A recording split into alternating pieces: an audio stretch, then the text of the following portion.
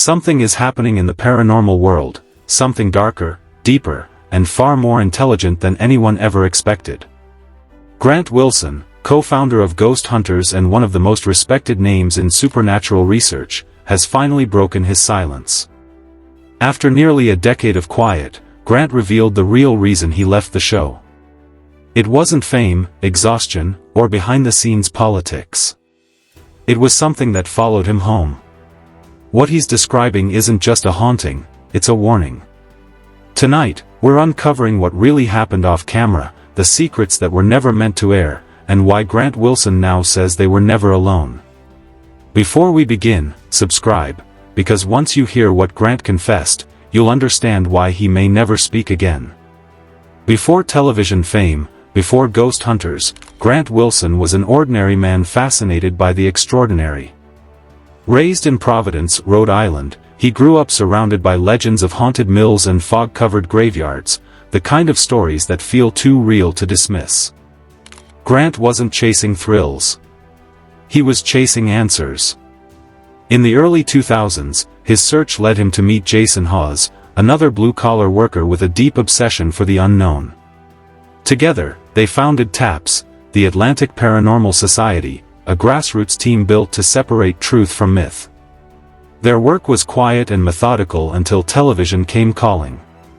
In 2004, the Sci-Fi Channel premiered Ghost Hunters. It was unlike anything audiences had seen: real people, real evidence, real fear. Grant became the heart of the show, calm under pressure, skeptical but open-minded. Viewers trusted him because he wasn't trying to sell drama, he was trying to find proof. The show exploded. Overnight, Grant Wilson became the face of modern paranormal investigation. But behind the fame, something unseen was stirring. During the first few seasons, the cast began noticing strange coincidences. Equipment would die at exactly the same time each night. Voices whispered their names in empty hallways. Crew members woke up with scratches that weren't there before. Grant started seeing patterns no one else noticed. "They know we're watching," he told Jason. "And they're starting to watch us back." By 2007, Ghost Hunters was the network's crown jewel, but off-camera, things were unraveling. Crew members reported vivid nightmares and static-filled voices replaying their own words before they even spoke them. Walkie-talkies glitched, cameras refused to record certain areas, and an oppressive heaviness followed the team from location to location. Grant tried to explain it away, until the day it followed him home. His wife began hearing footsteps in empty rooms. Doors creaked open by themselves. Their children spoke of a tall, faceless man standing by their window. Grant told close friends he felt something had attached itself to him, not a ghost, but something ancient, intelligent, and aware. He suffered blackouts during investigations, moments of blank staring while murmuring words no one could recognize. "I was listening," he'd say afterward. Producers noticed the change. He prayed between takes, spoke less, and seemed absent. One night, during an investigation, his microphone picked up a second voice whispering beneath his own, deep, guttural, repeating the words, "Stay with me." Everything came to a head during a shoot at an abandoned children's hospital in upstate New York. The location was infamous: strange sounds, moving shadows, stories of rooms that breathed at night. From the moment the team entered, Grant seemed uneasy. The air was unnaturally cold, their instruments spiked without reason, and all equipment failed inside one room, the old surgical ward. When the crew reviewed audio later, they heard it, a faint rhythmic pulse, like a heartbeat. Layered beneath was a whisper repeating Grant's full name. That night, he went back into the hallway alone with his infrared camera. The footage never aired. Witnesses say the camera recorded a black, formless figure rising behind him. The temperature plummeted. Then the figure lunged. Grant screamed, not in fear, but in agony.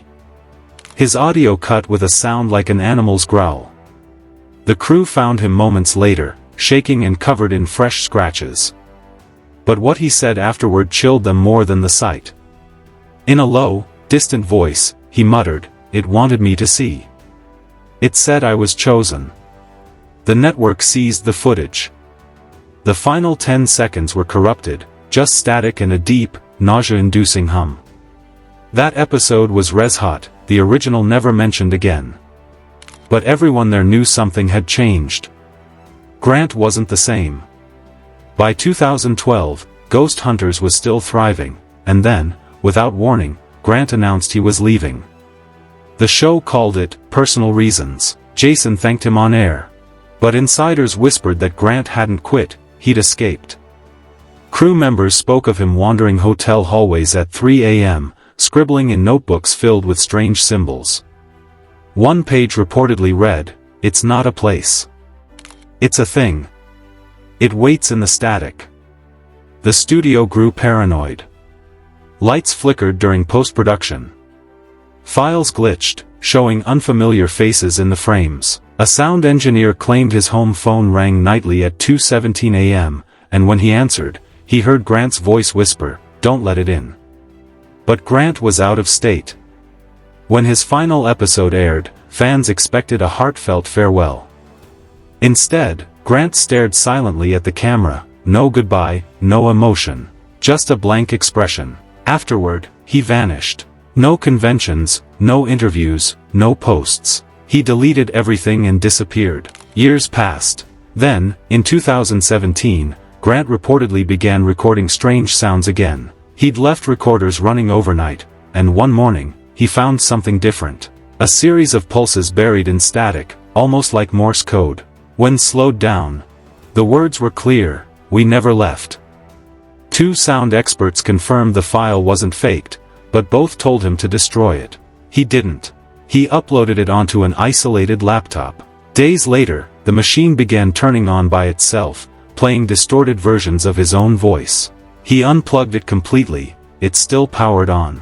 Then came the smell of sulfur.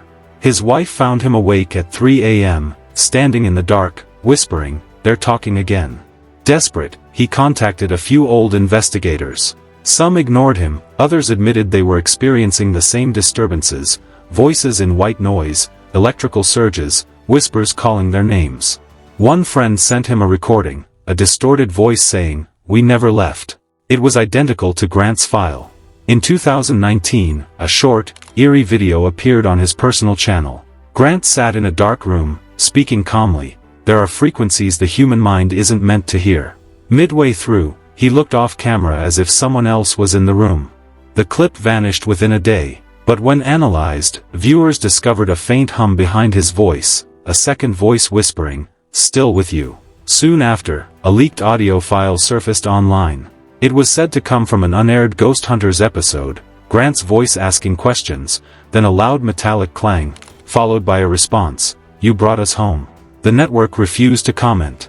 After that, Grant vanished again. His website went offline. His friends stopped hearing from him. Eventually, a small paranormal blog received a flash drive marked, "For Grant."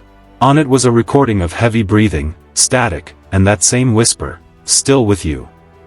By 2021, Grant appeared unexpectedly on a small podcast. Older, gray, his tone grave. For nearly an hour, he revealed what really drove him away, that the entities they recorded weren't remnants of the dead, but something else. "We thought we were listening to ghosts," he said, "but it was listening to us.